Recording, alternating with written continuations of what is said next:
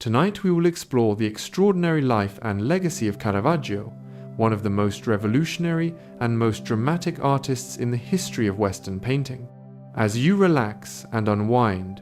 you will hear 100 fascinating facts about his paintings, his turbulent life, his remarkable technique, and the profound influence he had on the course of art history that continues to be felt more than 400 years after his death. There is no need to stay awake for every detail. Simply listen, rest, and let the story of Caravaggio gently guide you towards sleep. Michelangelo Merisi da Caravaggio was born on the 29th of September 1571 in Milan, the second of 4 children of Fermo Merisi, a household manager and architect's assistant who worked for the Marchesi of Caravaggio, and Lucia Aratori, the daughter of a local landowner from the small town of Caravaggio in the Lombardy region of northern Italy. The family's connection to the town of Caravaggio, from which the painter would later take the name by which the entire world knows him, was through his father's employment rather than through any deep ancestral roots in the area. And the move between Milan and the small provincial town that defined his earliest years gave him an early experience of the contrast between urban sophistication and rural simplicity that would later find its way into the social world of his paintings. His father died of plague in 1577 when Caravaggio was 5 years old, leaving his mother to raise 4 children alone in circumstances of considerable difficulty. Caravaggio's mother Lucia survived her husband by only a few years, dying in 1584 when he was 12 or 13 years old, leaving him and his siblings as orphans in the care of various relatives whose guardianship of the children appears to have been adequate in practical terms,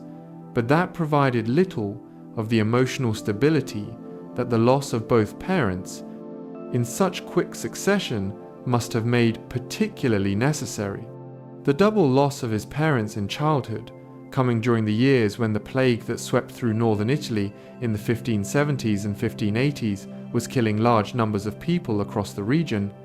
left Caravaggio with an early and direct experience of mortality and human vulnerability that scholars have connected to the intense and often violent engagement with death and suffering that characterizes so much of his mature painting. Whether the connection between biography and artistic sensibility is as direct as this reading suggests is debatable, but the early losses are a genuine and significant fact of his formative years. In 1584, the same year his mother died, Caravaggio was apprenticed to the Milanese painter Simone Petersano, a former student of Titian who maintained a successful workshop in Milan producing altarpieces and decorative works for the city's churches and wealthy patrons, and with whom he spent approximately 4 years learning the technical foundations of painting in the Lombard tradition. Petersano's training gave Caravaggio a thorough grounding in the techniques of oil painting, the preparation of canvases and panels, the grinding and mixing of pigments, and the conventions of religious and portrait painting that formed the core of a Milanese workshop's commercial activity. And the quality of the technical foundation he received during these years is visible in the extraordinary control and assurance of his mature work. The Lombard tradition in which he was trained placed particular emphasis on the realistic depiction of the natural world and on the careful observation of light and shadow, tendencies that would find their most extreme and most revolutionary expression in his later painting. Caravaggio arrived in Rome around 1592, at the age of approximately 20 or 21, in circumstances that are not entirely clear from the documentary record, but that appear to have involved a degree of urgency or necessity that went beyond simple professional ambition. There are suggestions in later documents that he may have left Milan following some kind of altercation or legal difficulty, though the specifics are not established with certainty. Rome in the 1590s was a city of enormous wealth and cultural ambition. its churches, palaces, and public spaces being transformed by the patronage of the great Counter-Reformation popes and the cardinals and noble families who competed with each other for artistic prestige through the commissioning of paintings, sculptures, and architectural works of increasing scale and elaborateness. For a young painter of ability and ambition, it was simultaneously the most competitive and the most opportunity-rich environment in Italy, and Caravaggio's decision to establish himself there reflected a clear-eyed assessment of where the most significant artistic careers of his generation would be made. Caravaggio's early years in Rome were marked by considerable poverty and professional difficulty, and he spent a period working in the workshop of the painter Giuseppe Cesari, known as the Cavaliere d'Arpino, one of the most commercially successful painters in the city, producing decorative flower and fruit paintings that formed part of the workshop's output, but that gave him little opportunity to develop the kind of ambitious figure painting that his abilities were suited to. He lived in difficult conditions during this period, sharing accommodation with other young artists and experiencing the kind of urban poverty that would later inform the social world of his paintings, the taverns, the street markets, the card games and musical gatherings of Rome's lower social orders, with a directness and intimacy that gave his depictions of these environments a quality of observed reality that paintings of the same subjects made by artists from more privileged backgrounds consistently lack. The Cardinal Francesco Maria del Monte, who became Caravaggio's first significant patron around 1595, and who provided him with accommodation in his palace and the professional protection that his position in Roman society could offer, was one of the most cultured and most politically connected figures in the city, with close ties to the Medici family in Florence and an extensive network of relationships across the Roman aristocracy and the upper reaches of the church.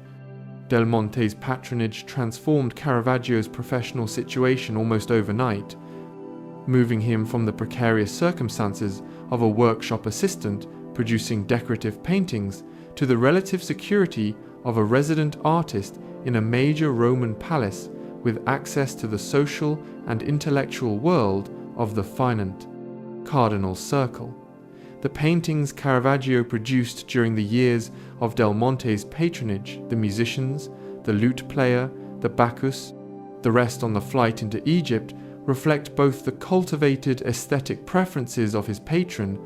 and the extraordinary technical confidence that had developed during the difficult years of his early Roman career. The painting of the young Bacchus, produced around 1595 and now held in the Uffizi Gallery in Florence, is one of the earliest works in which Caravaggio's distinctive approach to painting is fully visible. A young man in a classical role, depicted with an immediacy and a physical specificity that transforms the mythological subject into something unmistakably grounded in the observed reality of a specific person in a specific room at a specific moment. The model for the Bacchus appears to be a young Roman man rather than a classical ideal, and the fruit and wine on the table in front of him are rendered with a precision and a physical immediacy. The soft spots on the fruit, the slight cloudiness of the wine, the wilting of some of the leaves that goes beyond decoration to become a statement about the transience of physical pleasure and the relationship between beauty and decay that gives the painting a depth of meaning that its apparently simple subject does not immediately suggest. Caravaggio's painting technique, which he appears to have developed largely through self-directed investigation rather than the adoption of established methods, was characterized above all by his use of extreme contrast between light and dark, a technique that later critics would call tenebrism, from the Italian word for darkness, in which figures emerge dramatically from a background of near-total blackness, illuminated by a shaft of light whose source is often outside the picture and whose effect on the surfaces it touches is rendered with a precision and a physical immediacy that no previous painter had achieved. The technique was not entirely without precedent. Caravaggio had access in Rome to paintings by Lotto, Savoldo, and other northern Italian painters who had explored the dramatic possibilities of artificial light, but the extremity and the consistency with which he applied it, and the revolutionary quality of the results he achieved, went so far beyond anything available in the existing tradition that it effectively constituted a new way of painting that would transform the course of European art for the following century. The two paintings that Caravaggio produced for the Contarelli Chapel in the Church of San Luigi dei Francesi in Rome, the Calling of St. Matthew and the Martyrdom of St. Matthew, installed in 1600, were his first major public commission, and the works that established his reputation beyond the private collecting circles in which his early career had developed, bringing his revolutionary approach to painting to the attention of the wider Roman public and the artistic community for the first time.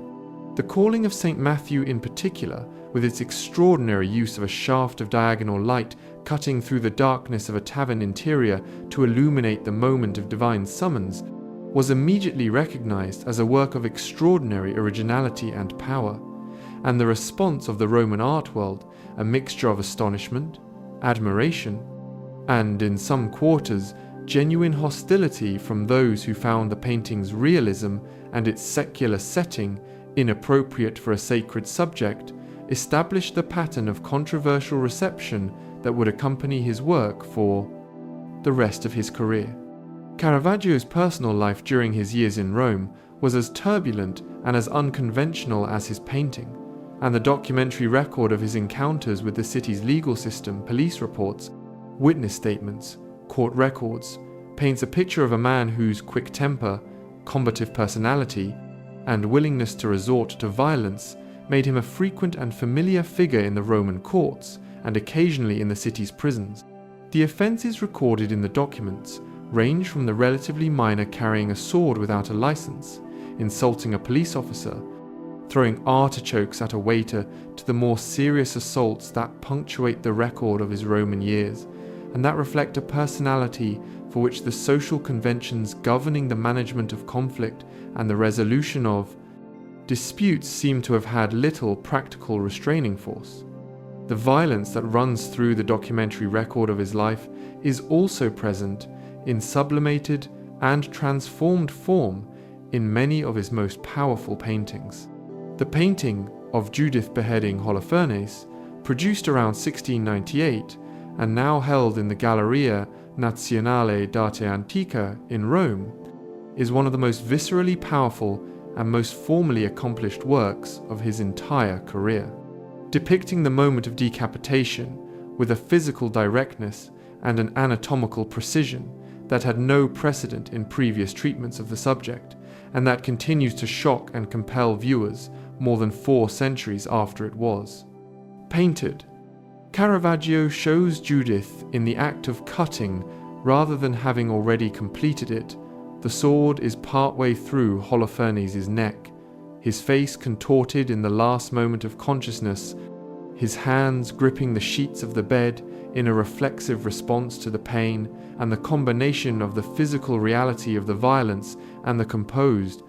almost detached expression of Judith herself creates a psychological tension that is one of the most characteristic and most disturbing qualities of his mature work. The model for Judith in the Judith beheading Holofernes is believed by many scholars to have been Filide Melandroni,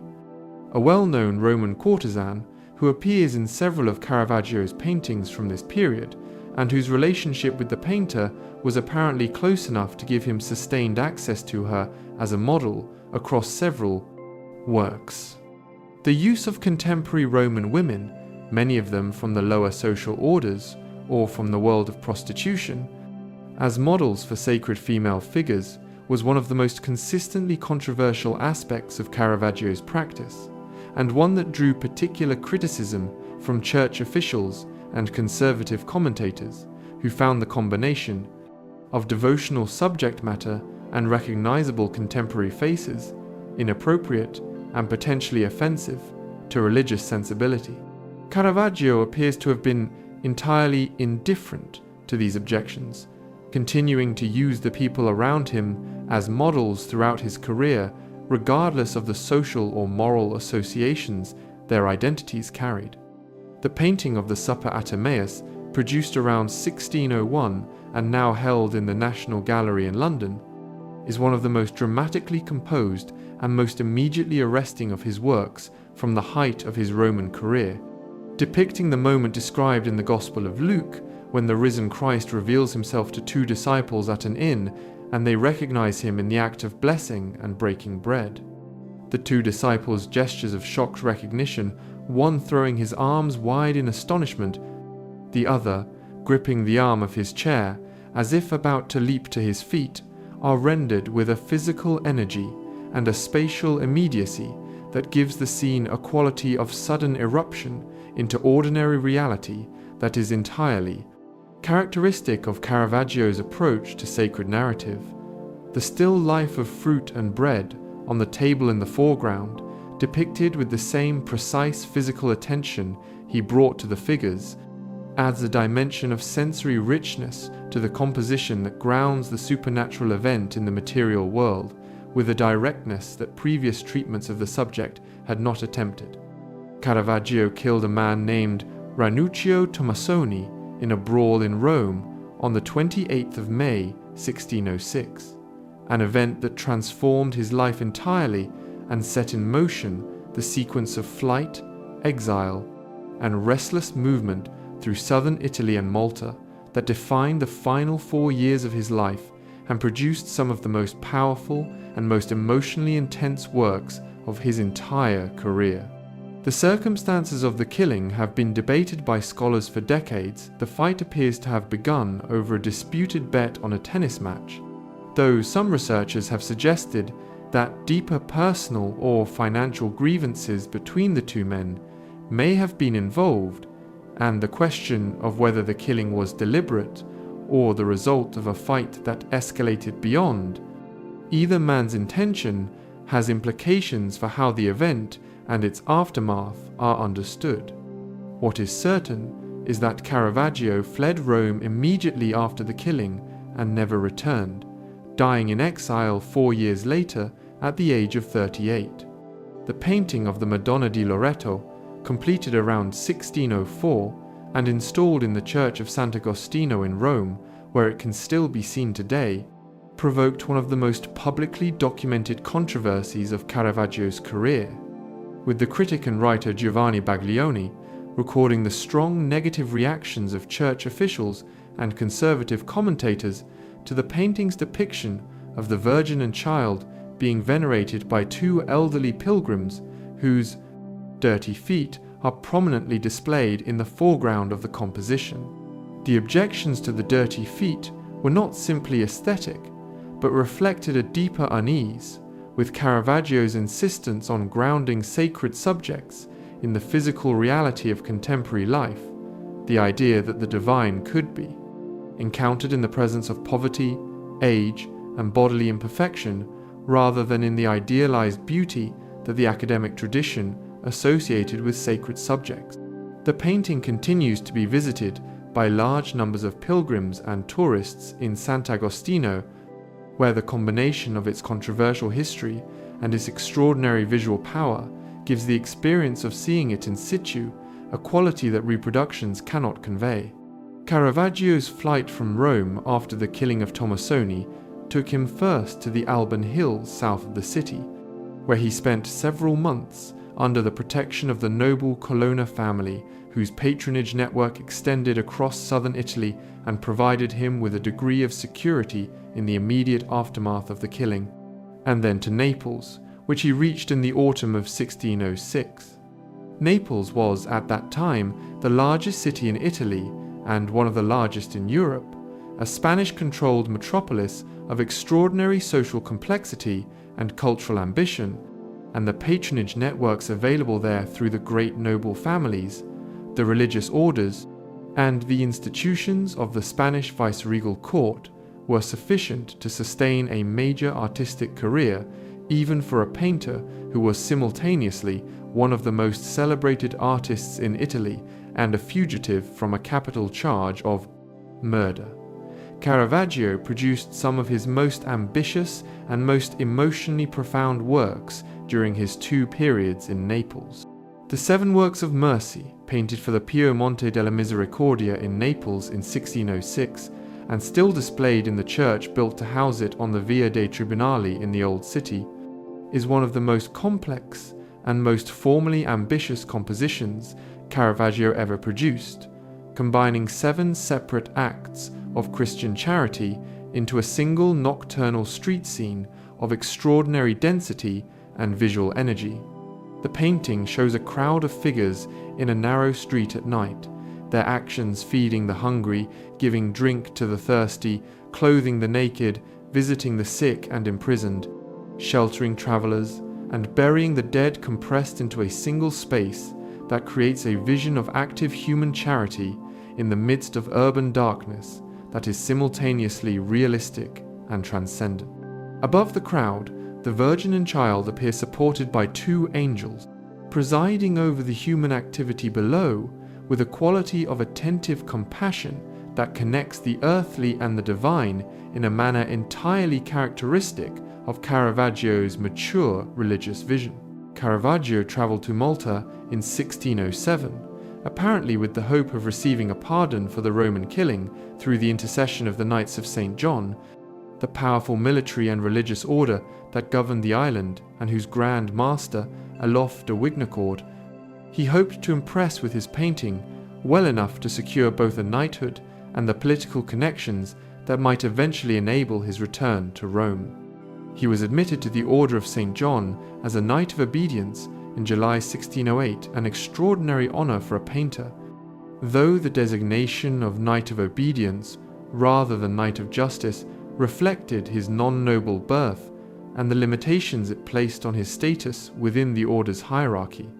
The knighthood lasted only a few months before Caravaggio was imprisoned, following another violent incident on the island, from which he escaped under circumstances that remain unclear, and fled to Sicily, leaving behind both the knighthood and whatever hope of a Roman pardon the Maltese connection might have offered. The painting of the beheading of St. John the Baptist, produced for the co-cathedral of St. John in Valletta, Malta, in 1608, and still displayed in the cathedral's oratory where it was originally installed, is the largest painting Caravaggio ever made, and the only work he ever signed his signature, written in the blood flowing from the Baptist's severed neck, in a gesture that has been interpreted as an act of personal identification with the condemned and the executed, that his own legal situation made entirely comprehensible. The painting depicts the moment after the decapitation, the executioner reaching down to grasp the Baptist's head, while a servant holds out a basin to receive it, and 2 prisoners watch from behind a grated window in the background, in a composition of extraordinary emotional restraint and formal power that many scholars consider the greatest single work of his entire career. The scale of the painting, the quality of the light, and the almost unbearable stillness of the moment it depicts combine to create an effect of concentrated tragedy that has never been surpassed in the history of religious painting. Caravaggio spent several months in Sicily following his escape from Malta in 1608, moving between the cities of Syracuse, Messina, and Palermo, and producing a series of paintings for local patrons, whose subjects the burial of St. Lucy, the raising of Lazarus, the Nativity reflect the increasingly somber and introspective character of his late work, and the emotional weight of a man living under a sentence of death in a state of increasingly precarious physical and psychological health. The Sicilian paintings are among the most emotionally intense and formally experimental works of his career. Their compositions stripped of decorative elaboration, and their figures reduced to dark masses emerging from vast areas of shadow in a manner that pushed his characteristic tenebrism to its most extreme development. The burial of St. Lucy in particular, with its enormous empty space above the grieving figures and the two massive gravediggers who dominate the foreground,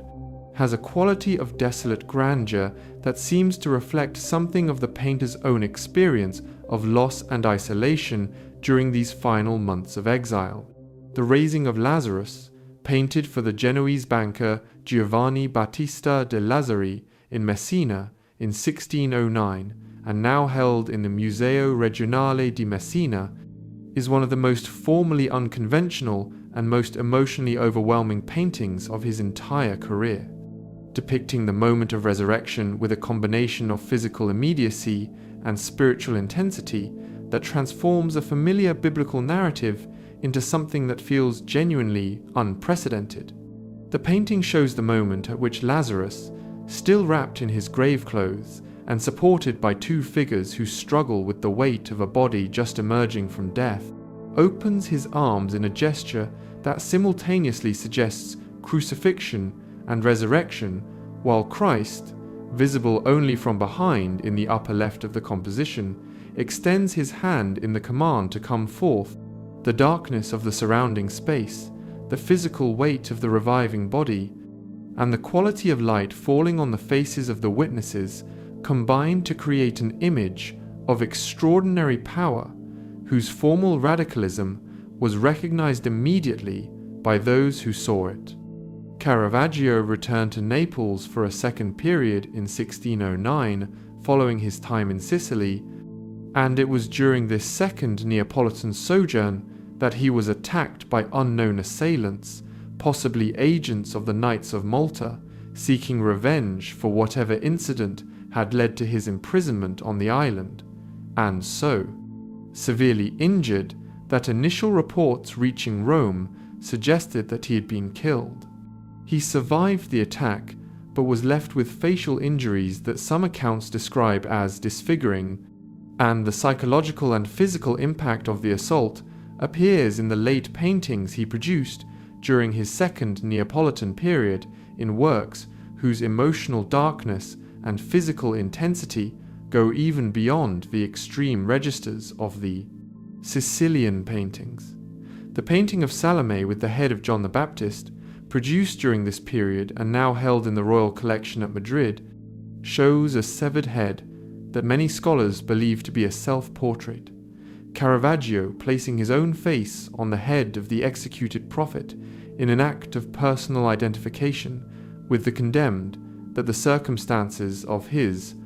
life made entirely literal. The critical and institutional response to Caravaggio's paintings during his lifetime was deeply divided, with powerful advocates including Cardinal Del Monte, Cardinal Scipione Borghese,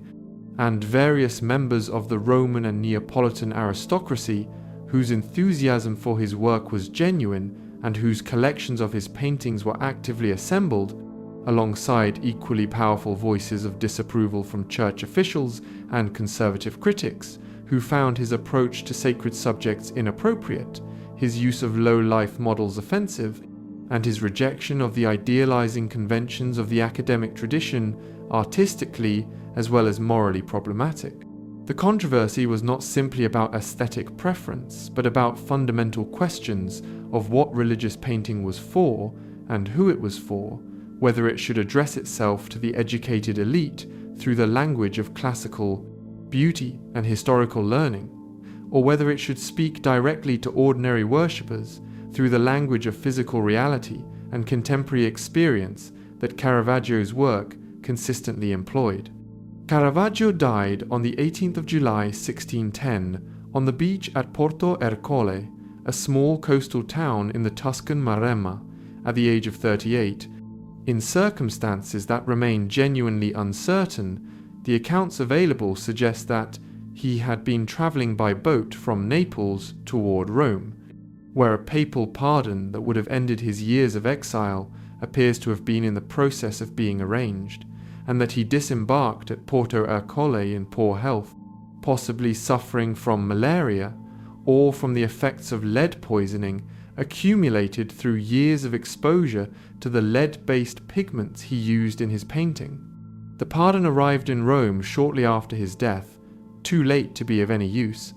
and the news of his death spread through the Roman art world with a speed that reflected the degree to which his reputation, despite the years of exile, had remained central to the consciousness of every painter working in Italy. He was buried in Porto Ercole, and his remains were identified through DNA analysis as recently as 2010, nearly 4 centuries after his death. Caravaggio's revolutionary use of light and shadow was not simply a stylistic preference, but a philosophical statement about the nature of reality and the proper subject matter of painting,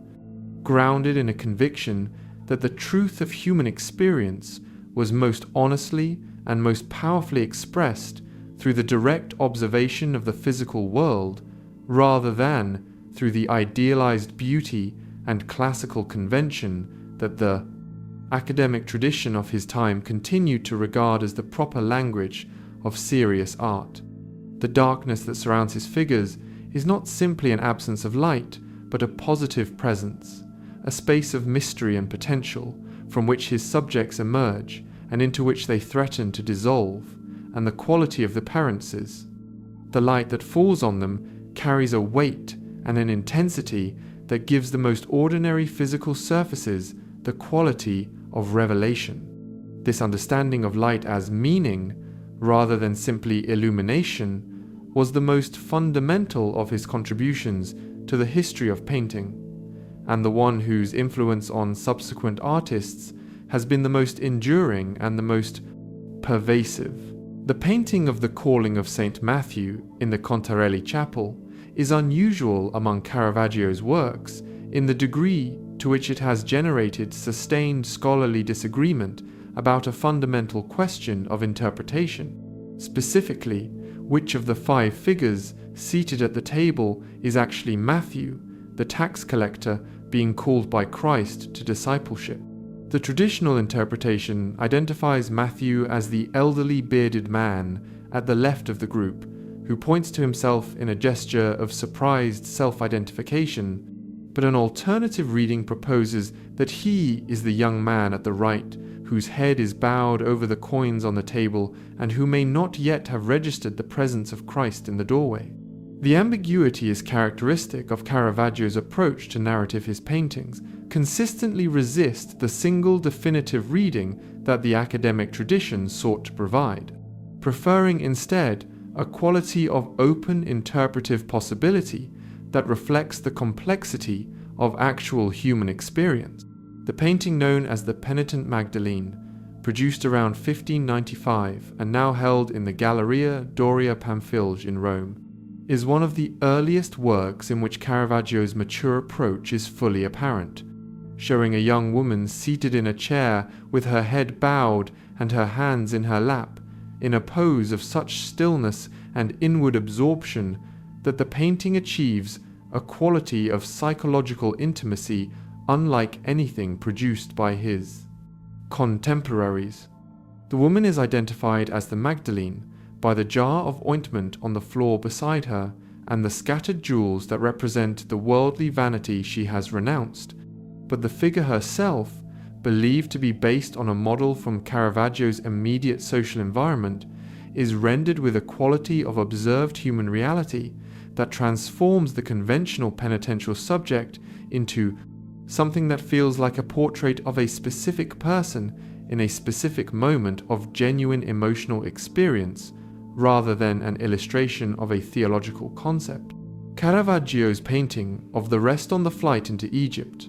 produced around 1596 and now held in the Galleria Doria Pamphilj in Rome, is one of the most tender and most formally beautiful works of his early Roman career, and one that demonstrates a capacity for lyrical gentleness that his reputation for violence and darkness might not lead viewers to expect.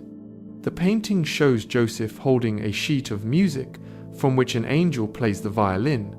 the music sending the Virgin and Child to sleep in the right portion of the composition,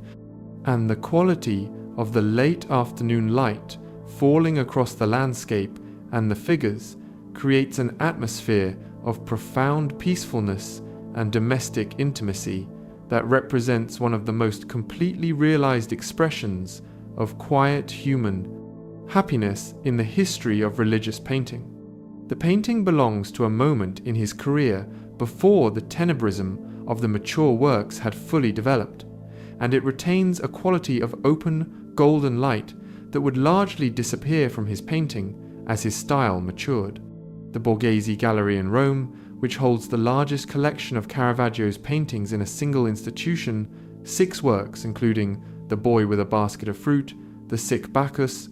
the Saint Jerome Writing, the Madonna dei Palafrenieri, the Saint John the Baptist, and the David with the Head of Goliath, was assembled largely through the collecting activity of Cardinal Scipione Borghese, one of the most powerful and most culturally ambitious patrons in early 17th century Rome, and one of the most enthusiastic advocates for Caravaggio's work in the years following his flight from the city. Borghese acquired several of the works in the collection through means that were not entirely straightforward. The Madonna dei Palafrenieri was removed from its intended location in St. Peter's Basilica and placed in the Borghese collection shortly after its installation. Apparently, at the Cardinal's instigation, and the collection he assembled reflects both his genuine appreciation for Caravaggio's work and the considerable institutional power that allowed him to act on that appreciation in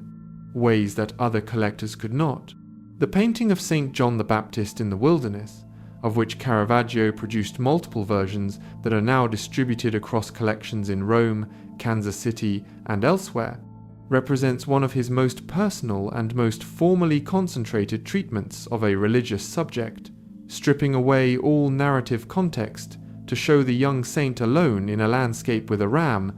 his body twisted in a pose of pensive self-absorption that gives the figure a quality of psychological depth unusual in conventional treatments of this subject. The versions of the composition differ in significant ways that have led some scholars to question the attribution of certain examples, and the question of how many autograph versions exist and what their relationship to each other might be is one of the more contested attribution problems in Caravaggio studies. What is consistent across the versions that are generally accepted as his is the quality of the figure's inner life, the sense of a young man wrestling with a vocation and a destiny whose full implications he cannot yet see. That gives the painting its distinctive emotional register. Caravaggio's treatment of the theme of decapitation, which appears in his work in the Judith beheading Holofernes, the beheading of St. John the Baptist, the David with the head of Goliath, and the Salome with the head of John the Baptist, has attracted considerable psychological and biographical commentary from scholars, who have noted both the frequency with which the theme recurs in his work and the degree to which, particularly in the later versions, the severed head appears to carry autobiographical significance through its resemblance to Caravaggio's own features. The recurrence of the theme has been connected to his legal situation, a man who had killed another person and who lived under a sentence of death that could be carried out by any citizen of Rome who encountered him, and to a broader meditation on violence, punishment, and mortality that his personal circumstances made impossible to avoid.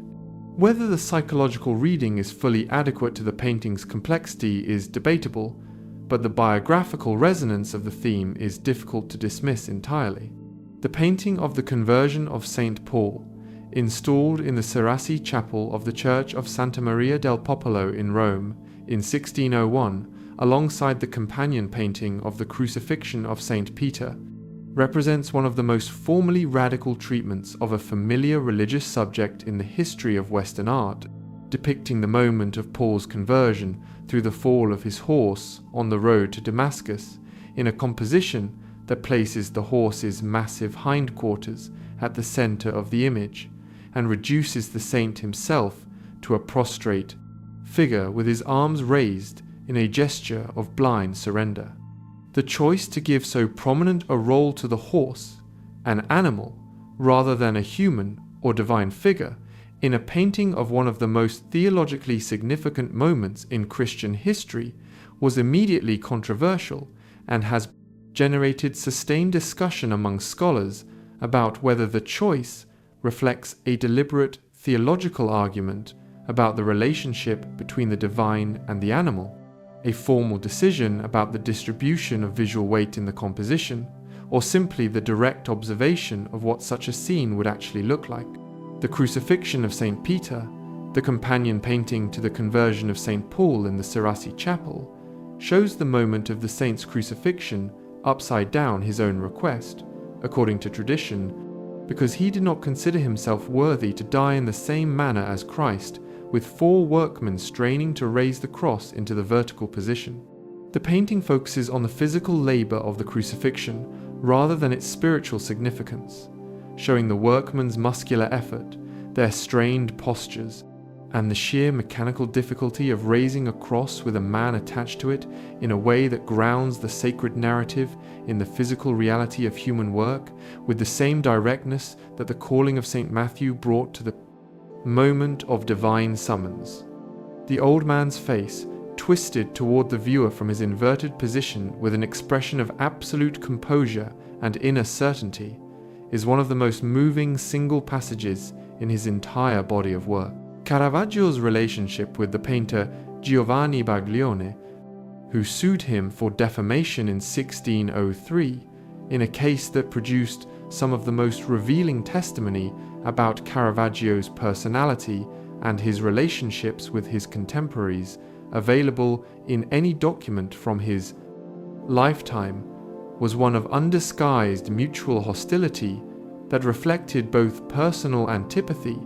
and a genuine professional rivalry between 2 artists whose approaches to painting were fundamentally opposed. Baglione was a painter in the academic tradition whose work Caravaggio and his circle mocked in a series of scurrilous poems that circulated in manuscript in the Roman art world, and the defamation suit that resulted produced witness testimony in which Caravaggio's friends and colleagues were required to assess each other's work under oath, a procedure that gave rise to assessments of the relative merits of Caravaggio and Baglione that have been quoted by art historians ever since as evidence of how his contemporaries understood the revolutionary character of his contribution to painting. The early painting known as the Sick Bacchus, produced around 1593 and now held in the Borghese Gallery in Rome,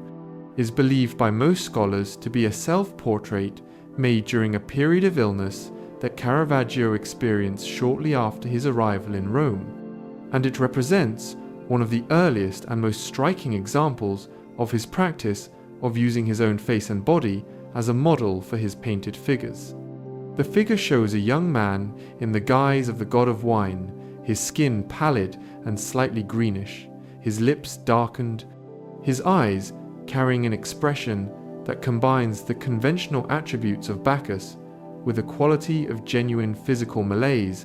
that gives the painting an unusual and somewhat disturbing quality of autobiographical candor. The use of his own face as a model, which would continue in more indirect and more symbolically charged forms in the late paintings of severed heads, gives this early work a dimension of personal revelation that distinguishes it from the purely conventional treatment of the same subject that another painter might have produced. The painting of the Supper at Emmaus in the Pinacoteca di Brera in Milan, a second version of the subject that Caravaggio produced around 1606, shortly before his flight from Rome, differs significantly from the earlier National Gallery version in ways that reflect the development of his style during the intervening years and the changing emotional register of his work in the period immediately preceding the killing of Tomasoni, where the earlier version is characterized by the dramatic gestural energy of the disciples' reactions and the rich sensory detail of the still life on the table. The later version is quieter, darker, and more introspective, the disciples' responses more muted,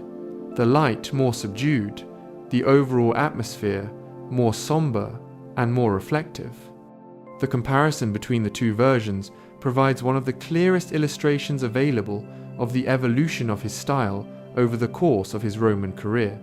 and the direction in which his painting was moving during the final years of his time in the city.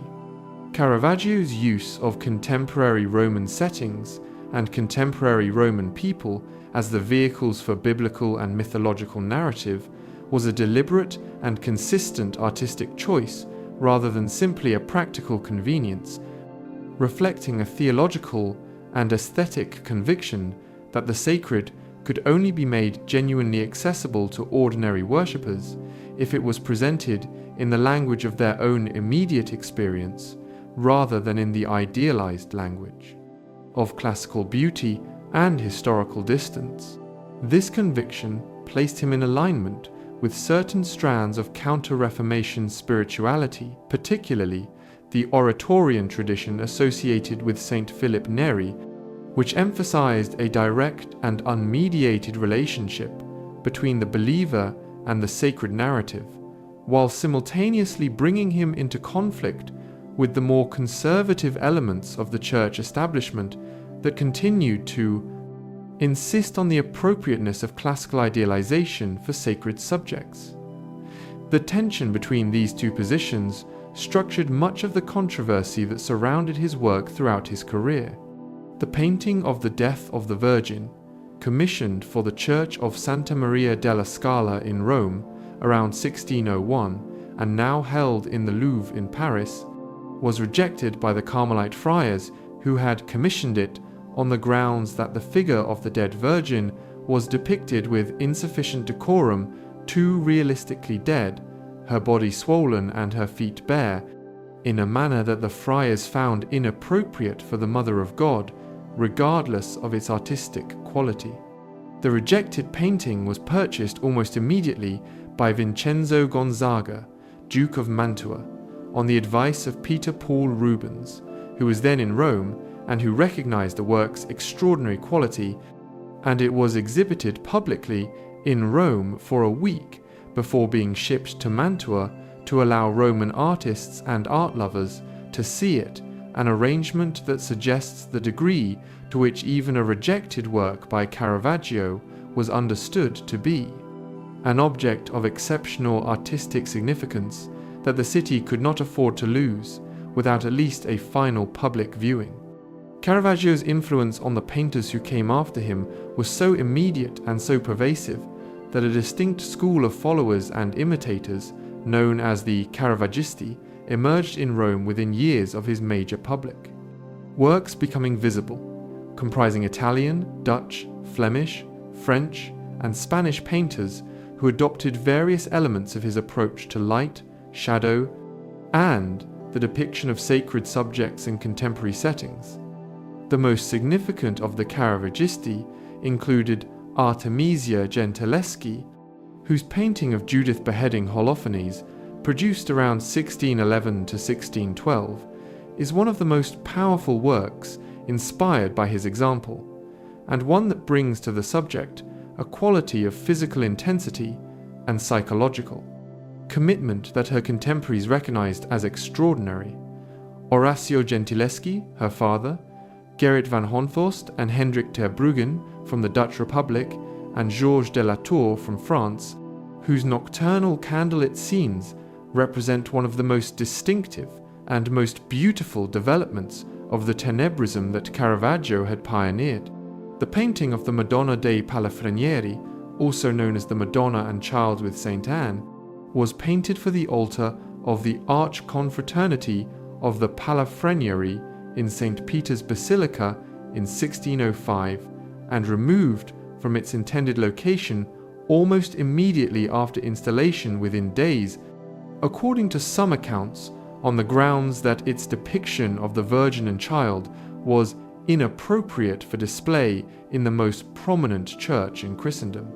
The painting shows the Virgin helping the infant Christ to crush a serpent under his foot, while Saint Anne watches from the side, and the objections appear to have focused on the prominent display of the Virgin's décolletage and the nakedness of the Christ child, rather than on any theological issue with the subject matter itself. The painting was purchased by Cardinal Borghese and moved to his private collection, where it has remained,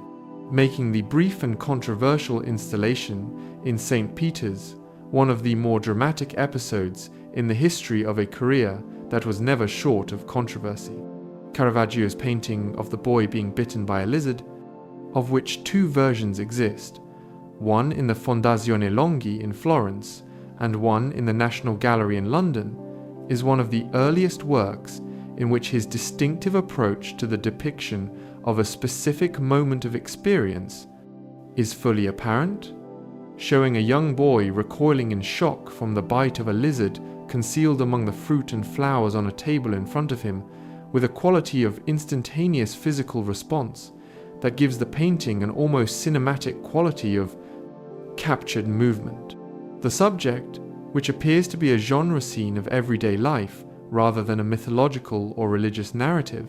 reflects the influence of Northern European genre painting on the development of Caravaggio's early style, and demonstrates his ability to find in the most ordinary human experiences the surprise of an unexpected pain, a subject of genuine visual and psychological interest that the more elevated subjects of the academic tradition could not always match for immediate emotional impact. The question of Caravaggio's sexuality has been discussed by scholars and biographers since the 19th century, with the evidence of his paintings, their consistent focus on the beauty of young male models, the sensuous quality of the light on their bodies, the intimacy of the relationships depicted, read alongside the documentary record of his social world and his personal relationships, in ways that have produced a range of conclusions from confident assertion to cautious agnosticism. The social world of Counter-Reformation Rome, in which he moved the households of cardinals and noble patrons, the workshops of painters, the taverns and street life of the city, was one in which the expression of sexuality was governed by social conventions and legal prohibitions that make the direct documentary evidence of personal preference limited, ambiguous, and the most careful scholars have been reluctant to draw firm conclusions from evidence that is genuinely open to multiple interpretations. Caravaggio's painting of the young David holding the severed head of Goliath, produced during his second Neapolitan period around 1609 and 10, and now held in the Borghese Gallery in Rome, is one of the most psychologically complex and most personally charged works of his entire career, showing a young man holding the severed head of his defeated enemy with an expression not of triumph, but of something closer to sorrow or compassion, that transforms the conventional subject of heroic victory into a meditation on the desired, the relationship between the killer and the killed that the circumstances of Caravaggio's own life made entirely personal. The head of Goliath is widely recognized as another self-portrait, Caravaggio's own face on the severed head, held at arm's length by the young David, whose expression suggests neither pride nor disgust, but a kind of troubled recognition. And the painting has been read as an act of self-condemnation,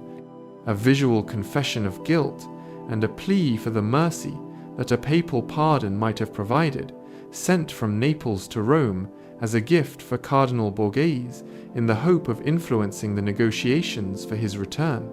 The technical examination of Caravaggio's paintings using modern scientific methods, including X-ray imaging, infrared reflectography, and chemical analysis of paint layers, has produced a body of evidence about his working methods that has significantly revised the understanding of his technique that was based on the accounts of his contemporaries and the visual evidence of the finished paintings alone. The technical evidence shows that he worked directly onto the canvas without the elaborate system of preparatory drawings and underdrawing that characterized most painters of his time, roughing in the composition with a few incised lines, scratched into the ground layer, and then building up the image through the direct application of paint, in a process that was more improvisational and more responsive to the specific material conditions of each canvas than the conventional academic approach allowed. The absence of preparatory drawings, no drawings by Caravaggio have ever been identified with certainty,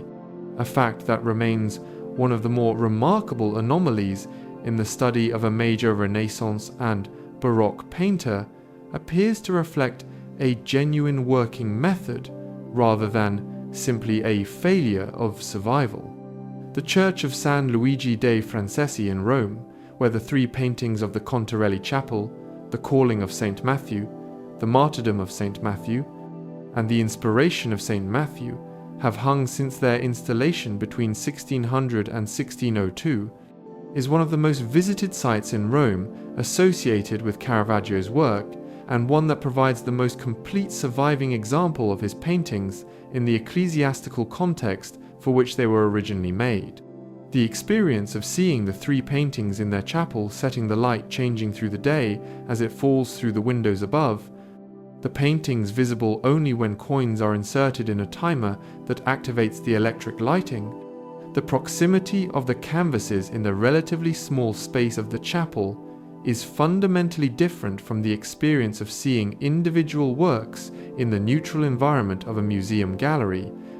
and it gives the paintings a quality of sacred presence and spatial immediacy that their reproduction in books and on screens cannot convey.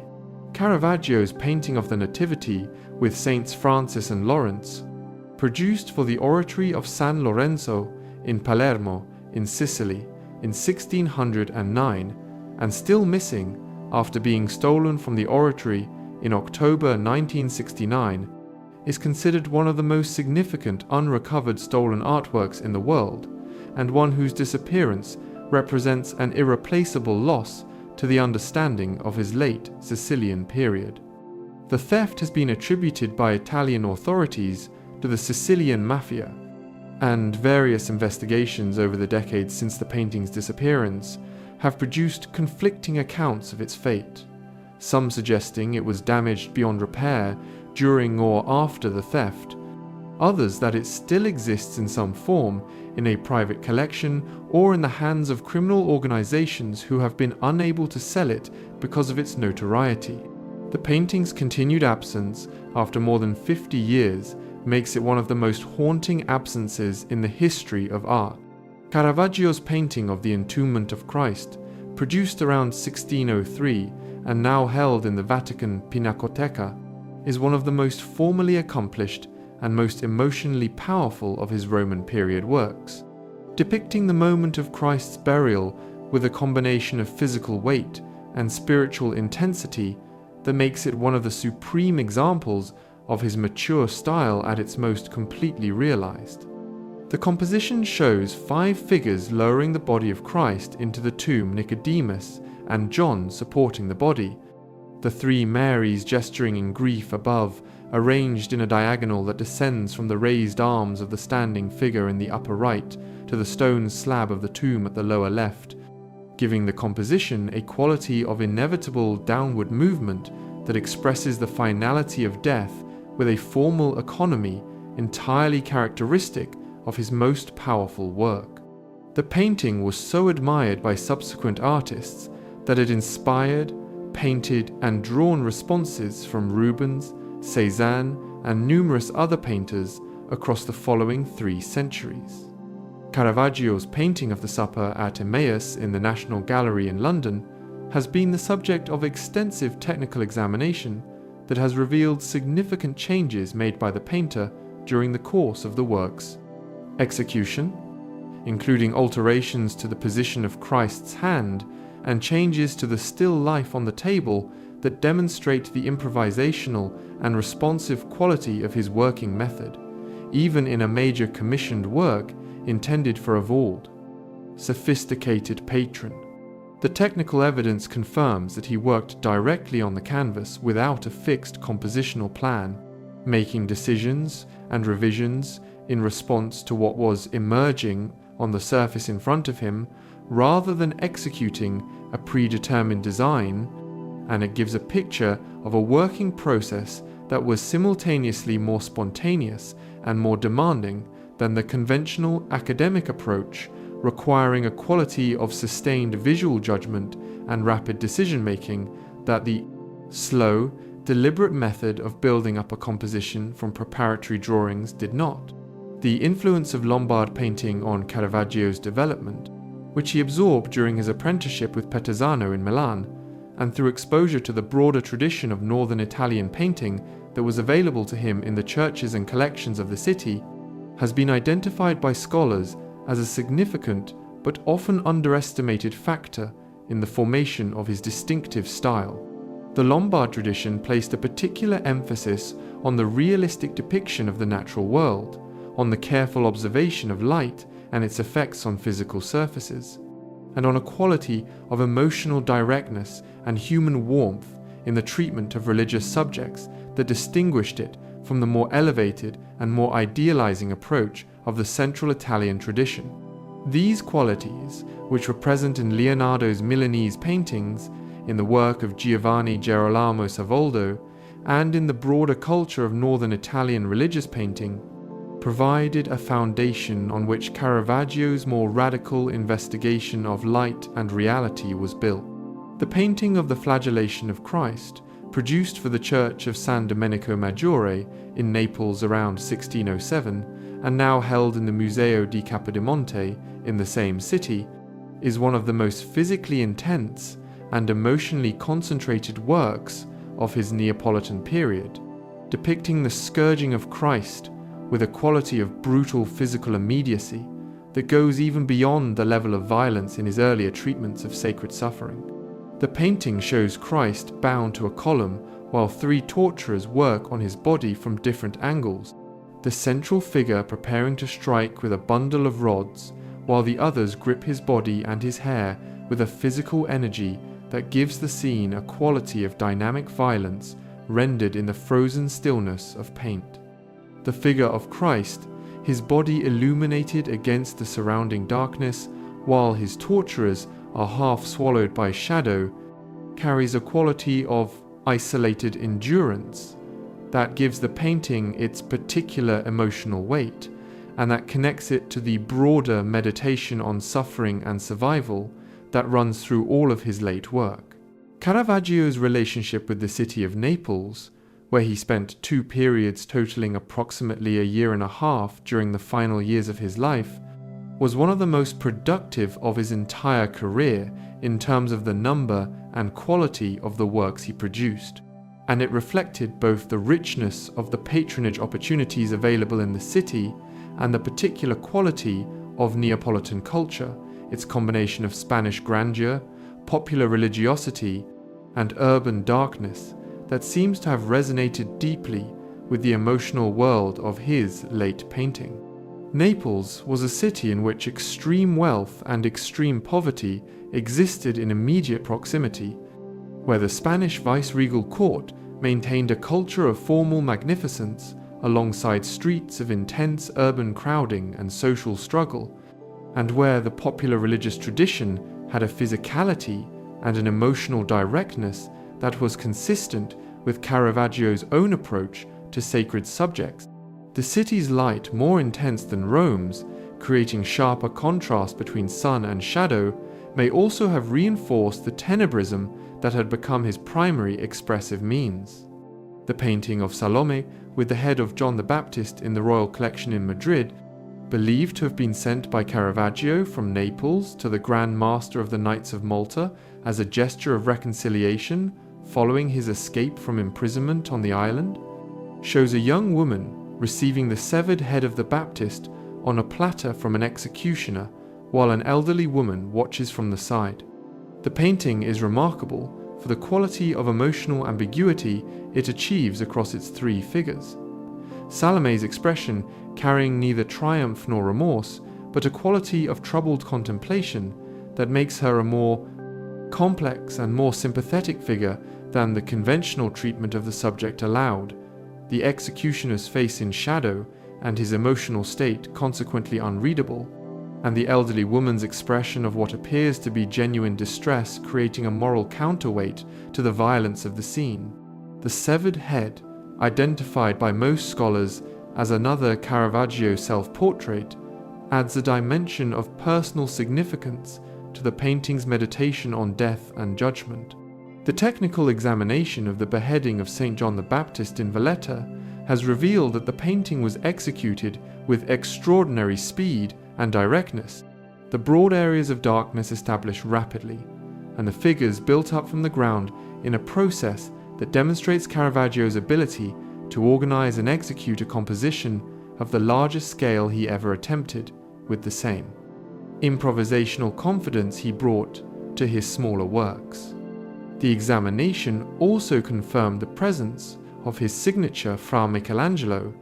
written in the blood flowing from the Baptist's neck, and provided evidence about the specific materials he used and the sequence in which he applied them that adds significantly to the understanding of how he actually worked on. A canvas of this scale and complexity,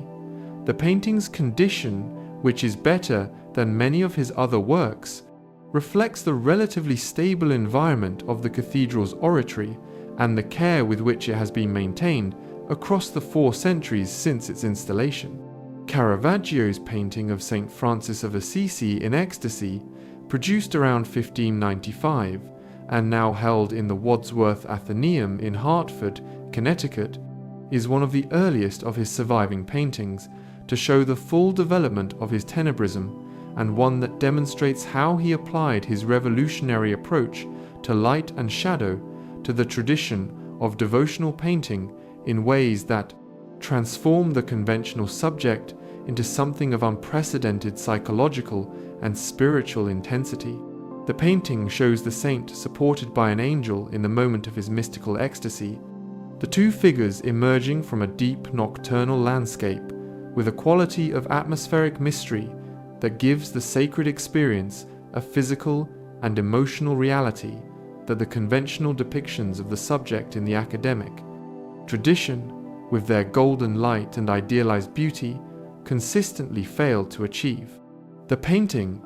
is one of the few Caravaggio works in the United States, and one whose distance from the European collections that hold most of his work gives it a particular significance for American museum goers seeking a direct encounter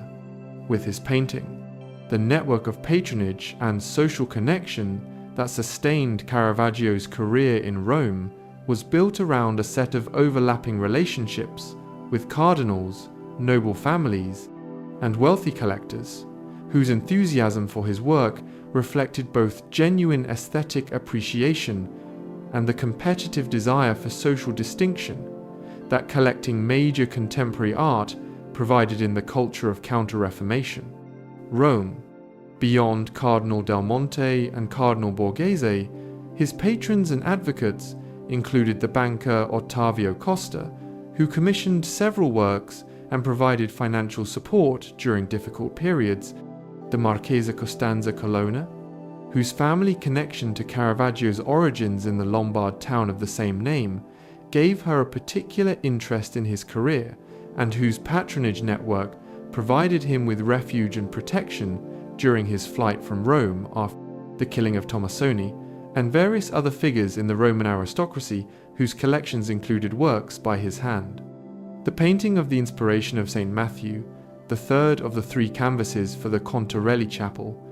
replaced an earlier version that was rejected by the church on the grounds that the saint's figure shown as a bald, bare-footed old man with dirty legs being guided in his writing by an angel who seemed almost physically to be directing his hand was considered too undignified and too physically specific for a depiction of the sacred author of one of the 4 Gospels. The rejected first version was purchased by the banker Vincenzo Giustiniani, one of Caravaggio's most important collectors, and eventually made its way to the Kaiser Friedrich Museum in Berlin, where it was destroyed during the Second World War, leaving only photographs as evidence of its appearance. The replacement version, which shows the saint in a more conventional pose of inspired writing, with an angel floating nearby rather than physically guiding his hand, was accepted by the church and installed in the chapel, where it has remained alongside the 2 companion paintings ever since. Caravaggio's painting of the young St. John the Baptist in the Capitoline Museums in Rome, produced around 1600, and showing the saint as a nude adolescent entangled with a ram in an ambiguous composition that has been read by scholars as simultaneously devotional and erotic, is one of the works most frequently cited in discussions of the sexual and psychological dimensions of his engagement with the male body.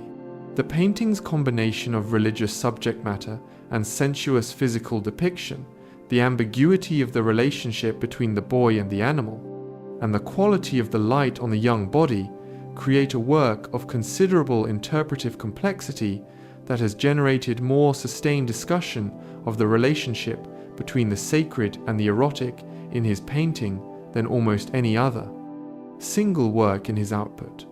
Whether the painting was intended primarily as a devotional image, as a work of aesthetic contemplation of the male body, or as some combination of the two, is a question that the painting itself consistently refuses to settle. The Colonna family, whose relationship with Caravaggio extended from his connections to his hometown of the same name through his father's employment, and whose Neapolitan branch provided him with protection and hospitality during both of his periods in the city, represented one of the most important networks of aristocratic support in his career, and one whose geographical reach from Rome through the Alban Hills to Naples proved essential during the years of his flight and exile. The Marchesa Costanza Colonna in particular appears in the documentary record as a consistent and genuinely engaged advocate for Caravaggio rather than simply a conventional patron, corresponding on his behalf with potential protectors and seeking to use her considerable social connections to facilitate the papal pardon that would have allowed his return to Rome. Her role in his story has received less scholarly attention than the more famous cardinals and collectors who commissioned his work, but her practical importance to his survival during the most dangerous years of his life was at least as significant as theirs. The painting of Martha and Mary Magdalene, produced around 1600 and now held in the Detroit Institute of Arts, shows the moment of Mary's conversion from worldly pleasure to religious devotion as a scene of intimate domestic conversation between two sisters. The psychological exchange between the two figures, rendered with a quality of observed human reality that makes the religious narrative feel like a record of an actual conversation overheard rather than a depiction of a theological concept. The painting is unusual among his works in its relatively light palette and its emphasis on psychological interaction between two figures rather than on the dramatic use of light and shadow that characterizes most of his mature work.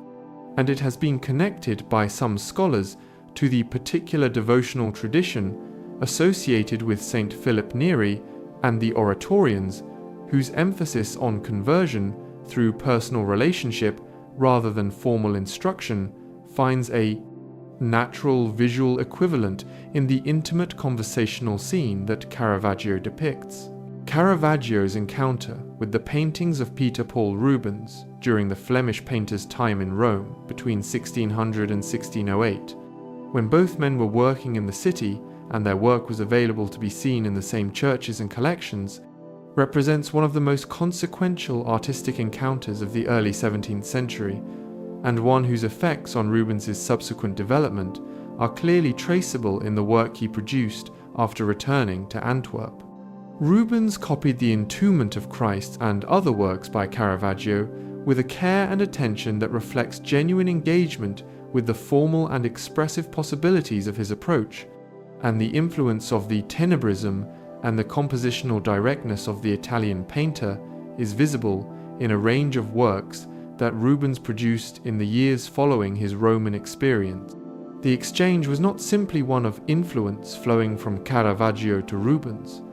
However, the encounter with Rubens's more classically oriented approach to large-scale figure painting may also have been one of the factors that shaped the development of Caravaggio's own late style during the years that followed.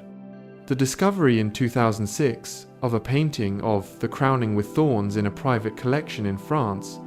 subsequently authenticated by a group of scholars as an autograph work by Caravaggio and acquired by the Casa di Risparmio di Prato Foundation, is one of the most significant recent additions to the accepted catalogue of his works and a reminder that the process of identifying and authenticating his paintings is ongoing rather than complete. The painting, which shows Christ being crowned with thorns by 3 tormentors in a composition of considerable formal power, was authenticated on the basis of stylistic analysis, technical examination, and the identification of a possible documentary reference to a painting of this subject in early 17th century sources, and its discovery added a significant work to the small number of his paintings that have survived and provided scholars with new evidence about his approach to a subject he appears to have treated on more than one occasion.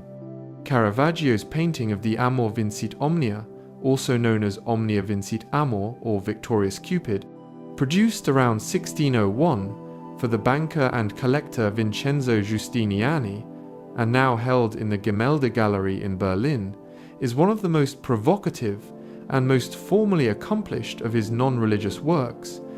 showing a laughing adolescent boy in the guise of Cupid trampling on the instruments of human achievement, musical instruments, armor, books, a compass in a composition whose combination of playful exuberance and symbolic complexity made it one of the most discussed paintings in Rome in the years following its creation. Giustiniani valued the painting so highly that he kept it behind a curtain and revealed it only to particularly favored visitors, a mark of distinction that simultaneously reflected its perceived artistic quality and the degree to which its frank depiction of a nude adolescent required a degree of management in the context of Counter-Reformation Rome's complicated relationship with the representation of the unclothed body. The painting of the Incredulity of St. Thomas, produced around 1601 and now held in the Sanssouci Picture Gallery in Potsdam, shows the moment described in the Gospel of John when the doubting apostle is invited by the risen Christ to put his finger into the wound in his side, and Caravaggio depicts the moment with a clinical, physical directness. Thomas's finger actually inserted into the wound, the surrounding flesh pressed back by the contact that had no precedent in previous treatments of the subject, and that continues to shock and compel viewers who encounter it for the first time.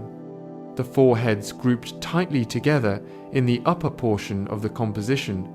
Christ and the 3 apostles who crowd in to witness the moment of proof, are rendered with a quality of observed psychological specificity that gives the scene a quality of intimate human reality, and the contrast between the physical literalness of the wound and the quality of spiritual illumination that transforms Thomas's expression as he makes contact is one of the most concentrated and most powerful expressions of the wound. Relationship between physical evidence and religious faith in the history of Christian painting. Caravaggio's time in Malta, which lasted from roughly 1607 to 1608, and during which he produced the beheading of St. John the Baptist, the portrait of the Grand Master Alof de Vignecourt,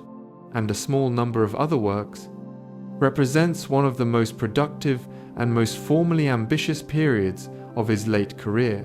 and one that demonstrates how completely his abilities remained at their height, despite the personal and legal pressures under which he was living. The portrait of Vignecourt, now held in the Louvre, is one of the finest portraits he ever painted, showing the Grand Master in full armor, with a page beside him in a composition of formal grandeur that demonstrates his ability to work within the conventions of official portrait painting, while investing the image with a quality of psychological penetration and physical presence that the conventional approach to the genre rarely achieved. The painting was a gift from Vignecourt to the Order's treasury, and reflects the degree to which the Grand Master valued Caravaggio's abilities and was prepared to use them for the institutional purposes of his rule. The question of what caused Caravaggio's death at Porto Ercole in July 1610 has been the subject of sustained scholarly and scientific investigation that has produced several competing hypotheses without arriving at a Definitive conclusion. A situation that reflects both the limited documentary evidence available and the inherent difficulty of diagnosing the cause of death of a person who died more than 400 years ago from a brief and ambiguous account. The most frequently proposed causes include malaria, which was endemic in the coastal areas of the Tuscan Maremma, and whose symptoms are consistent with the accounts of his final illness,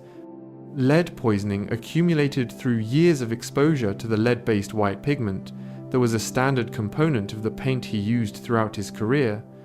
and the effects of the injuries sustained in the Naples attack of 1609 that may never have fully healed. Recent scientific analysis of bone samples from remains believed to be his has found evidence consistent with both malaria and lead poisoning, though the identification of the remains as definitively Caravaggio's has itself been contested. The Uffizi Gallery's holding of a single Caravaggio the Bacchus belies the gallery's significance in the history of his reputation, since the Uffizi's position as the primary repository of the Medici collection meant that its assessment of his work carried considerable institutional weight in the Italian art world, and that the acquisition of the Bacchus represented an early and significant act of institutional recognition of his place in the history of Italian painting. The painting entered the Medici collection in circumstances that are not entirely clear from the documentary record, but that appear to have involved its transfer from the collection of Cardinal Del Monte and its presence in the Uffizi alongside the great works of the Florentine Renaissance, placed Caravaggio in a context that implicitly invited comparison with the tradition he had simultaneously built upon and transformed. The experience of seeing the Bacchus in the Uffizi today, surrounded by the works of the painters whose tradition provided the foundation for his revolutionary departure, remains one of the more instructive museum experiences available to anyone seeking to understand the nature and the extent of his achievement. Caravaggio's painting of the Taking of Christ, produced around 1602 and lost for several centuries, before being rediscovered in a Jesuit house in Dublin in 1990, where it had been hanging unrecognized for decades, is now considered one of the finest works of his Roman maturity, and one whose rediscovery represents one of the most dramatic events in the recent history of art attribution. The painting shows the moment of Christ's arrest in the Garden of Gethsemane, with Judas embracing Christ in the kiss of betrayal, while Roman soldiers close in from the right, and a figure carrying a lantern identified by most scholars as a self-portrait of Caravaggio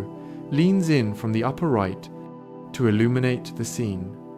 The rediscovery of the painting, which had been attributed to a follower for most of the time it was in the Jesuit collection, was made by the Irish conservator Sergio Benedetti,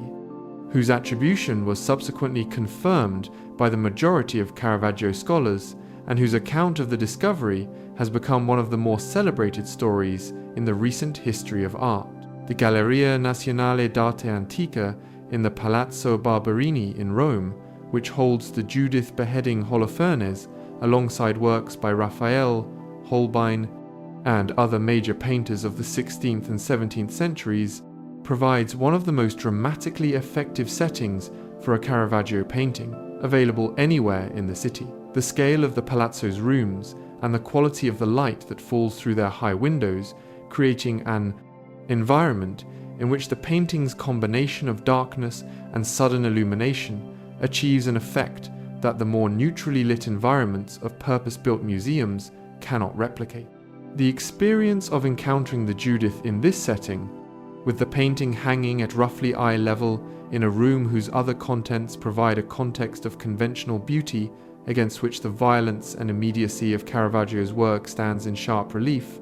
is one of the most memorable single encounters with his painting available in Rome, and one that gives the work a quality of spatial and historical presence that reproductions inevitably fail to convey.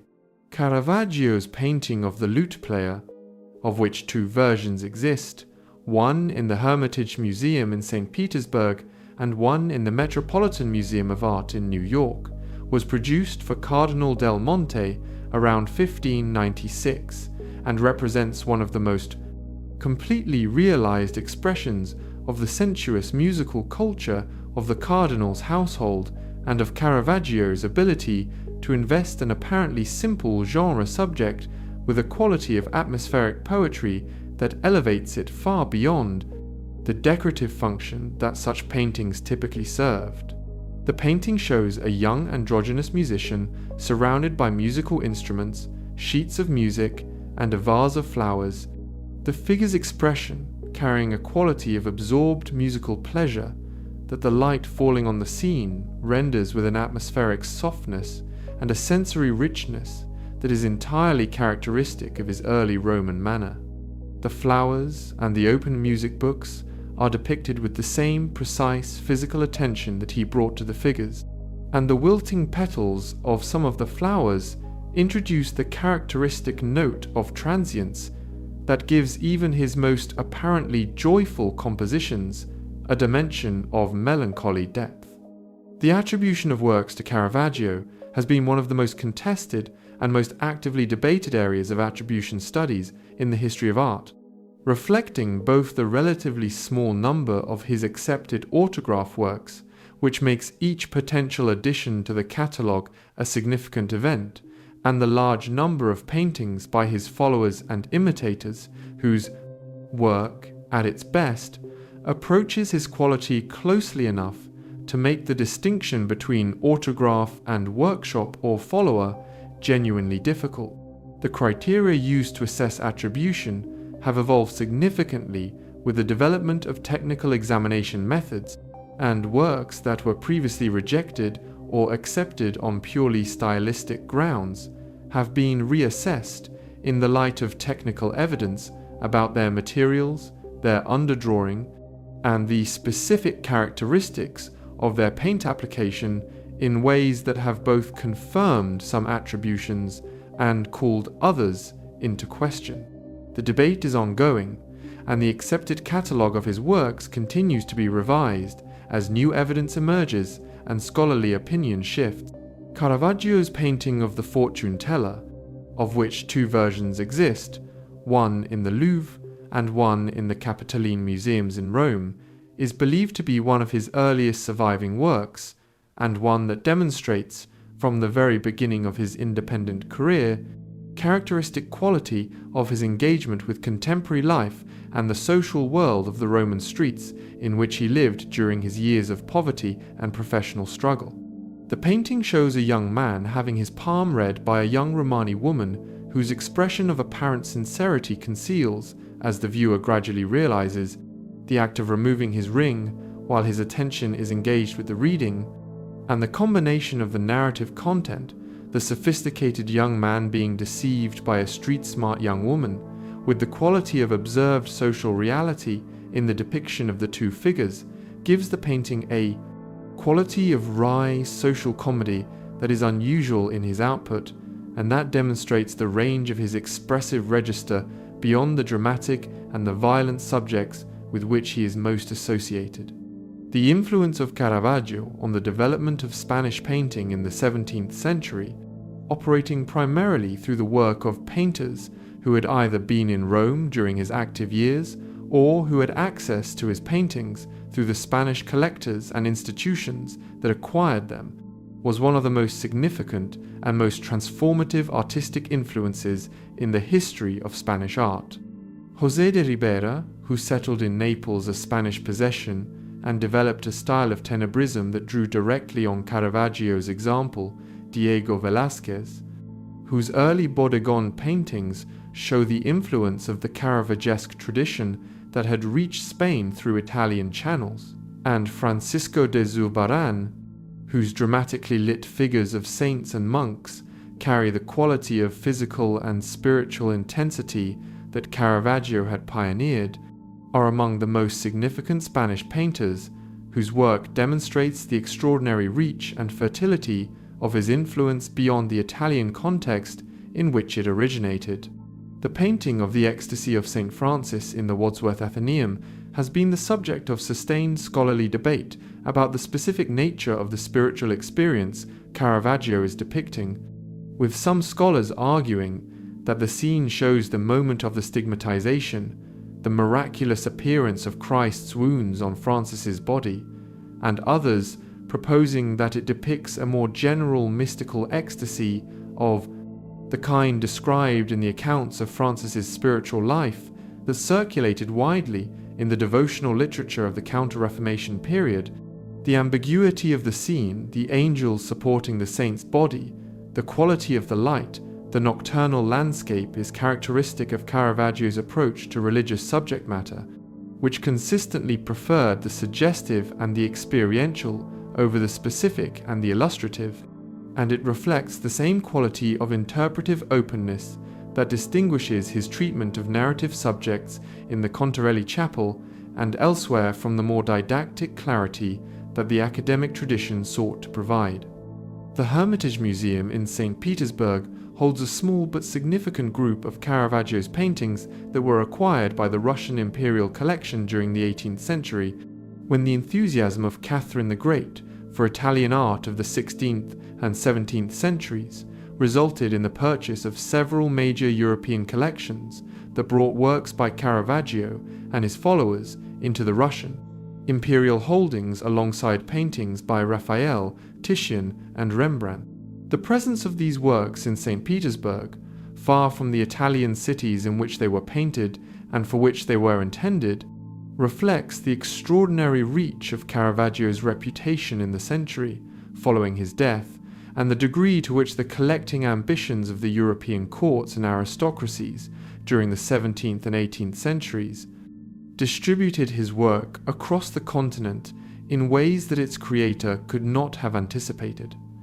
The lute player in the Hermitage is now considered one of the finest examples of his early Roman manner available outside Italy. Caravaggio's painting of the Sacrifice of Isaac, produced around 1601 and now held in the Uffizi Gallery in Florence, depicts the moment at which Abraham, about to kill his son in obedience to God's command, is stopped by an angel who points to the ram caught in the thicket that will serve as the substitute sacrifice, and it is remarkable for the quality of Isaac's expression, a face contorted in genuine terror and pain that has no parallel in previous treatments of the subject, that gives the painting its particular emotional power, and its characteristic quality of immediate human reality. The boy's cry of fear, rendered in paint with a physical immediacy that makes the viewer almost hear it, is one of the most direct and most affecting expressions of human suffering in his entire output, and the contrast between the boy's terror and the calm authority of the angel who stops the knife creates a psychological tension that resolves itself into relief without ever quite dispelling the memory of what was about to happen. The critical reputation of Caravaggio underwent a dramatic reversal in the 20th century that transformed him from a figure regarded by many art historians as a technically gifted but artistically limited painter whose influence had been primarily negative, encouraging a generation of imitators to produce dark and violent images without the spiritual depth of the tradition they were departing from, to one of the most celebrated and most influential artists in the history of Western painting, whose revolutionary approach to light and reality was recognized as one of the founding contributions of modern art. The reassessment was driven partly by the work of the art historian Roberto Longhi, whose scholarly advocacy for Caravaggio's significance, beginning in the 1920s and 30s, played a crucial role in establishing the terms in which his achievement has been understood ever since, and partly by the broader cultural shift in the 20th century toward evaluation of realism, psychological intensity, and the engagement with contemporary life that made his work seem more relevant and more significant than it had appeared to the classically oriented criticism of the preceding centuries. The painting of the card Sharps, produced around 1594 and now held in the Kimball Art Museum in Fort Worth, Texas, is one of the earliest surviving works attributed to Caravaggio with confidence, and one that already demonstrates the quality of observed social reality and narrative intelligence that would define his mature painting,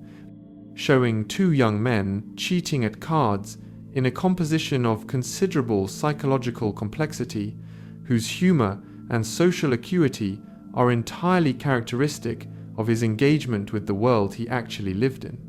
The painting shows an innocent young man being simultaneously cheated from behind, where a confederate reads his cards over his shoulder, and from in front, where his opponent draws a hidden card from his belt, and the quality of the observed social types, the elegantly dressed victim,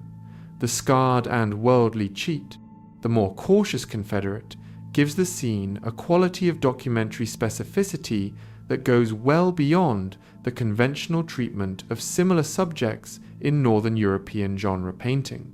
Caravaggio's painting of the boy bitten by a lizard, in both of its versions,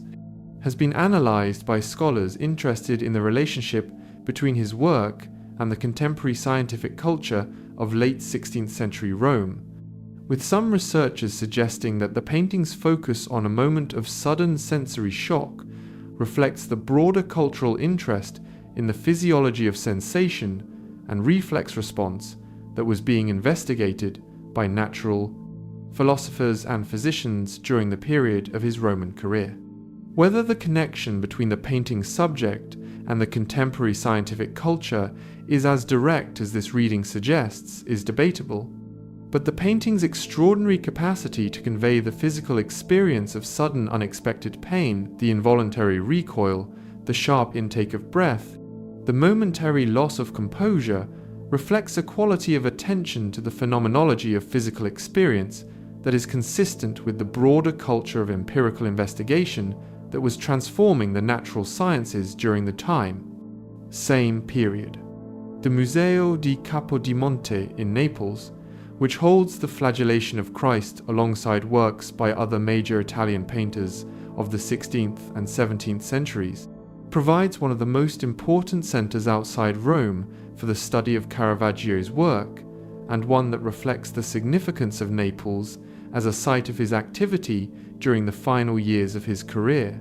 The museum's collection of his work, which also includes other paintings from both his Neapolitan periods, is displayed in a former royal palace, whose grand rooms provide a context of architectural splendor that contrasts productively with the quality of urban darkness and human vulnerability that characterizes his late Neapolitan paintings. The experience of moving through the museum's Caravaggio rooms, with the quality of Neapolitan light falling through the palace windows onto canvases painted in the same city more than 400 years ago, creates a quality of historical continuity that is one of the distinctive pleasures of encountering art in the places where it was made. The painter Artemisia Gentileschi, whose treatment of the Judith beheading Holofernes subject is generally considered the most powerful response to Caravaggio's version of the same scene ever produced, was the daughter of the painter Orazio Gentileschi, who was one of Caravaggio's closest associates and most faithful followers in Rome during the first decade of the 17th century. Artemisia's painting, produced in two versions between approximately 1611 and 1620, and now held in the Uffizi Gallery and the Museo di Capodimonte respectively, has been discussed extensively in the context of the rape she suffered at the hands of the painter Agostino Tassi in 1611 and the subsequent trial in which she testified against him, with scholars reading the painting's extraordinary physical intensity and the quality of determined purpose in Judith's expression as a reflection of experiences and feelings that Caravaggio's version, for all its power, could not have brought to the subject in the same way. Caravaggio's painting of the Medusa, produced on a ceremonial shield around 1597 and now held in the Uffizi Gallery in Florence, shows the severed head of the Gorgon with her mouth open in a scream and her snakes writhing around her face, the blood from her neck spattering outward in a composition that combines the classical mythology of the subject with the same quality of physical immediacy and violent energy that characterizes his treatments of decapitation in his religious paintings. The painting was made as a gift from Cardinal del Monte to Ferdinando I and Medici, and was intended as a virtuoso demonstration of Caravaggio's abilities in the painting of a challenging and unusual subject, and it fulfilled that function with extraordinary success. The combination of the circular format of the shield, the extreme foreshortening of the face, and the quality of the depicted horror, creating an effect of concentrated visual power that impressed its original recipients and continues to make the painting one of the most immediately arresting objects in the Uffizi's collection. The relationship between Caravaggio's painting and the broader culture of theatrical performance in late 16th and early 17th century Rome has been explored by scholars who have noted the connections between his dramatic use of light and the theatrical lighting techniques of the period, between his choice of the single frozen moment as the vehicle for narrative and the theatrical tradition of the tableau vivant, and between the quality of his figure's gestural expressiveness and the conventions of contemporary acting styles. Whether the connection between his painting and the theatrical culture of his time was direct and self-conscious, or simply the reflection of a shared cultural environment in which both the theatre and the visual arts were responding to the same Counter-Reformation imperatives about the emotional and experiential engagement of an audience, is a question that the available evidence does not definitively resolve, but the parallel between his approach to the organization of pictorial narrative and the conventions of theatrical presentation is close enough to have sustained a significant body of scholarly analysis. The painting of the Rest on the Flight into Egypt in the Galleria Doria Pamphilj, one of the most intimate and most tenderly observed of his early works, has been connected by some scholars to the spiritual tradition of the oratory of Saint Philip Neri through the music that the angel plays for the sleeping Virgin and Child. The sheet of music held by Joseph has been identified as a sanbor, motet from a collection published in 1583 that was associated with the devotional music culture of the Oratorian movement. The connection, if it is genuine, suggests that Caravaggio's engagement with the devotional culture of Counter-Reformation Rome was more specific and more theologically informed than his reputation for street life and violence might suggest, and that the tenderness and spiritual warmth of the early religious paintings reflect a genuine familiarity with the devotional traditions and the spiritual sensibilities of the Roman Catholic renewal movements that were reshaping city's religious culture during the years of his early career. Caravaggio's painting of Saint Jerome writing, held in the Borghese Gallery in Rome, shows the saint at his desk in the act of translating the Bible into Latin, his aged body bare to the waist, and his skull placed prominently on the desk beside his books as a reminder of mortality. In a composition of remarkable formal economy that reduces the scholarly and spiritual subject to its most essential elements, with a directness and an austerity that is entirely characteristic of his approach to religious subjects at their most concentrated. The painting of the aged body, the loose skin, the visible bones, the physical signs of great age, is executed with the same quality of unflinching observational accuracy that he brought to the depiction of dirty feet and swollen bodies in his more controversial religious works, and the combination of the saint's evident physical vulnerability with the quality of absolute spiritual concentration in his expression creates one of the most quietly powerful images of intellectual and devotional life in the sign. History of painting. The legacy of Caravaggio in the visual culture of the 21st century extends far beyond the specific influence of his technique or his subject matter to encompass a broader set of ideas about the relationship between art, reality, the role of darkness and shadow in the creation of meaning, and the possibility of finding in the most ordinary and most physically specific subjects of contemporary life the material for art of the greatest seriousness and the deepest spiritual resonance. His influence is visible not only in the work of painters who have consciously drawn on his example, but in the broader culture of photographic and cinematic lighting, whose use of dramatic contrast between light and dark to create atmosphere,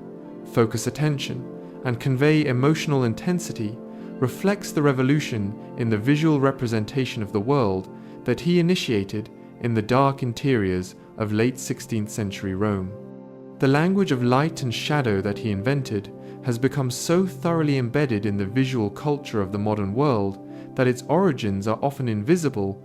which may be the most complete measure of how fundamental his contribution has been. The Church of Santa Maria del Popolo in Rome, which contains the Serassi Chapel with the conversion of St. Paul and the crucifixion of St. Peter, alongside Annibale Carracci's altarpiece of the Assumption of the Virgin, provides one of the most instructive single locations for understanding the relationship between Caravaggio's revolutionary approach to painting and the alternative tradition represented by Carracci, two of the most influential painters of the early 17th century, their works facing each other across a small chapel in a competition that visitors have been judging for more than 400 years. The juxtaposition of the two painters' approaches, Carracci's classical beauty and compositional elegance against Caravaggio's physical immediacy and dramatic darkness, is one of the most clearly articulated arguments about the nature and purpose of painting available anywhere in the history of Western art, and the fact that both sets of paintings are still in the chapel for which they were originally made gives the encounter a quality of historical authenticity and spatial immediacy that no museum installation could replicate. Caravaggio's painting of the Crowning with Thorns, held in the Kunsthistorisches Museum in Vienna, shows Christ being crowned with a wreath of thorns by three tormentors whose physical energy and the quality of their concentrated cruelty is rendered with the same unflinching attention to the physical reality of violence that characterizes his most disturbing works, while Christ's expression of absolute inner composure in the face of the pain being inflicted on him creates a psychological contrast of extraordinary power between the torturers and their victim. The painting demonstrates one of the most characteristic qualities of his approach to the depiction of sacred suffering: the refusal to aestheticize or to distance the violence through the conventional devices of idealization and compositional elegance, insisting instead on the full physical reality of what is happening, while simultaneously giving the figure of Christ a quality of spiritual authority and inner stillness that transcends the physical circumstances without denying them.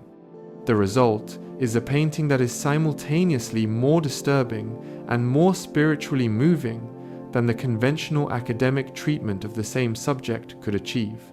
Caravaggio died at 38, having transformed the course of Western painting in fewer than 20 years of serious independent work, leaving behind a body of paintings whose number is small, fewer than 60, works are generally accepted as autograph, but whose quality and whose influence on subsequent art are entirely disproportionate to their quantity. The darkness he introduced into painting was not simply a technical device, but a way of seeing a conviction that the truth of human experience was most honestly expressed in the space between the known and the unknown, between the illuminated and the shadowed, between the moment of grace and the surrounding darkness that made it visible. That conviction, expressed in paint on canvas in the churches and collections of Rome and Naples more than 400 years ago, continues to speak to anyone who stands before his paintings with sufficient time and sufficient attention, and it shows no sign of exhausting what it has to say. You can let all of that go now. There is nothing left to hold on to or remember. Somewhere tonight, the chapels of Rome are quiet and dark, and the paintings are resting in their frames and the light that will fall on them tomorrow morning is gathering itself in the darkness beyond the windows, and the night is deep and still and full of rest.